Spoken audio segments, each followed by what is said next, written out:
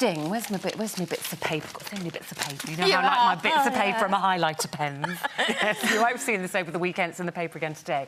Sting, he says he won't be leaving his children any of his £180 million fortune when he dies.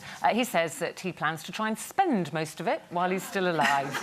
Yeah, well, good for him on spending it, but, you know, it's an awful lot of money. Are you surprised he's not leaving any to his kids? He actually says he's not going to burden them with giving them he's so kind. Money. Doesn't want to burden them. He said it'll be like where he's coming from, though, because I think that if, you know, we're not talking normal money here, you know, all of us here will probably leave something to our children, but it won't be life-changing. It won't be something that they could just say, oh, that's it, I can now retire. They would have to have their own thing going on.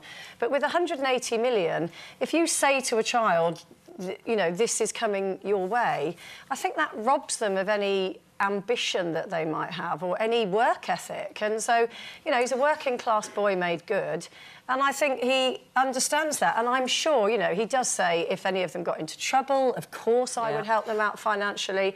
But to actually say, here's the money I've earned, it's yours, where does that hunger then come from? I don't think him to do well in life. I would like to know what their lifestyle has been, because if they've grown up in a I lifestyle of there's a Tuscan villa, there's probably that's private quite tough jets. for them if they're used to private travel, private education, whatever. I don't know the details, actually.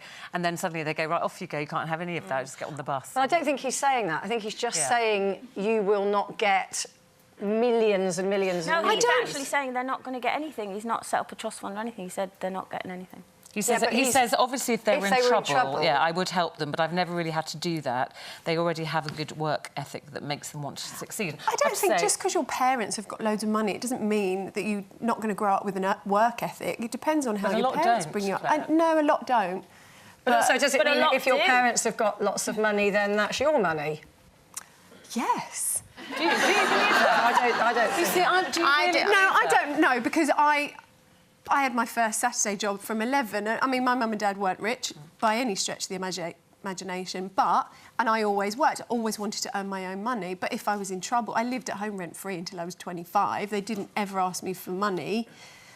But I just don't believe it. I do not believe he's not going to give them a penny. Because, like you said, they've been brought up in a lifestyle. I think you're probably right, but what he's doing is saying he's not going to give them a penny so that they build their own lives. Then when eventually, you know, God forbid, he does pass away, they're already well-rounded human beings with a great work ethic who then have money as a bonus. But I think if your kids grow up seeing you with a good work ethic, then that gives them a good work. You know, they've said, well, mum's worked hard, dad's worked hard. Yeah. You know, it kind of just follows on, but really. Very easy, but I'm sorry, every single thing I do in my life is for my children. Yeah, so to turn around and say, actually, I've done all this, I've left you loads of times while I've been off on tour and blah, blah, blah, and you know what, at the end of it, you're not getting a penny.